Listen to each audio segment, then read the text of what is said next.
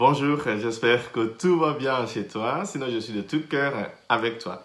Demain, oui, enfin c'est demain, samedi, je vais faire ma conférence dans l'église de Wagenburg sur comment vivre et grandir avec la souffrance. Nous avons tous dans nos vies des moments de souffrance, hein, mais nous pouvons survivre à la souffrance, nous pouvons même grandir à travers une expérience de souffrance. Mais comment faire? Pour ça, il faut t'inscrire pour la conférence demain à 16h dans l'église de Wagenburg et dimanche aussi, il y aura la même conférence à 16h dans l'église de Wagenburg.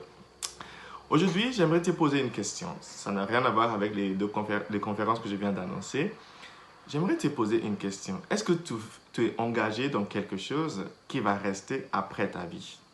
Est-ce qu'aujourd'hui, tu fais quelque chose pour une cause, pour quelque chose qui va être là après que tu seras parti de ce monde?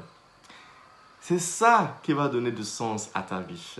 La meilleure manière de vivre, c'est de s'engager dans quelque chose qui va rester après notre vie. Ça peut être tes enfants, ça peut être une association, ça peut être une entreprise qui va donner du sens, l'emploi aux choses ou d'autres biens aux autres, ainsi de suite. Mais on ne peut pas vivre que pour soi-même. Si on vit que pour soi-même, la vie est misérable. Aujourd'hui, le Seigneur nous propose de réfléchir ou de méditer sur la question du trésor. Quel est ton trésor? Parce qu'il nous dit dans le sermon sur la montagne que nous continuons à lire toute cette semaine, qui est tiré de l'évangile selon saint Matthieu, chapitre 6, de versets 19 à 23. Il nous dit que là où est ton trésor, là aussi sera ton cœur. Là où est ton trésor, là aussi sera ton cœur. Si tu places ton trésor dans le fait de bien manger, c'est déjà pas mal. Bien boire, s'amuser, c'est bien. Mais ça ne suffit pas pour atténuer les difficultés que la vie nous donne. Pour survivre à la souffrance, pour mieux vivre, pour trouver un sens à sa vie, il faut avoir un trésor qui va au-delà de sa propre vie. Ça peut paraître très philosophique, mais si tu commences à le faire, tu vas comprendre pratiquement, concrètement, ce que je suis en train de te dire. Aujourd'hui, nous avons l'exemple de Saint Paul qui, dans sa deuxième lettre aux Corinthiens, chapitre 11, de versets 18 à 30, était en train de raconter aux Corinthiens comment lui, il a survécu à toutes ces souffrances. Parce que, comme il nous dit, il en avait, hein, Saint Paul. Il dit, moi, dans les fatigues, il disait que lui, il en a subi plus que tous.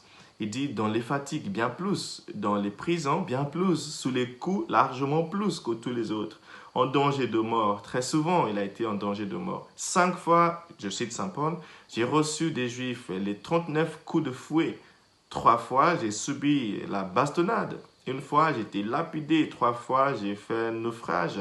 Et je suis resté 24 heures perdu en pleine mer, souvent à pied sur les routes, avant les dangers des fleuves, des dangers des bandits, des dangers venant de mes frères même.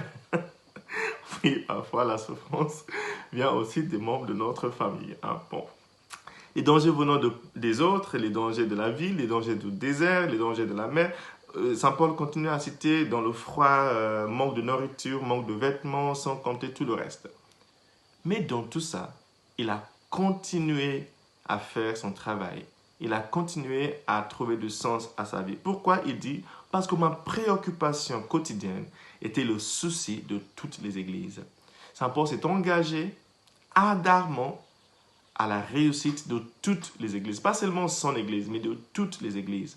Il a donné et consacré toute sa vie à la réussite ou à la survie des églises. Ça a donné un sens à sa vie. C'était son plus grand trésor.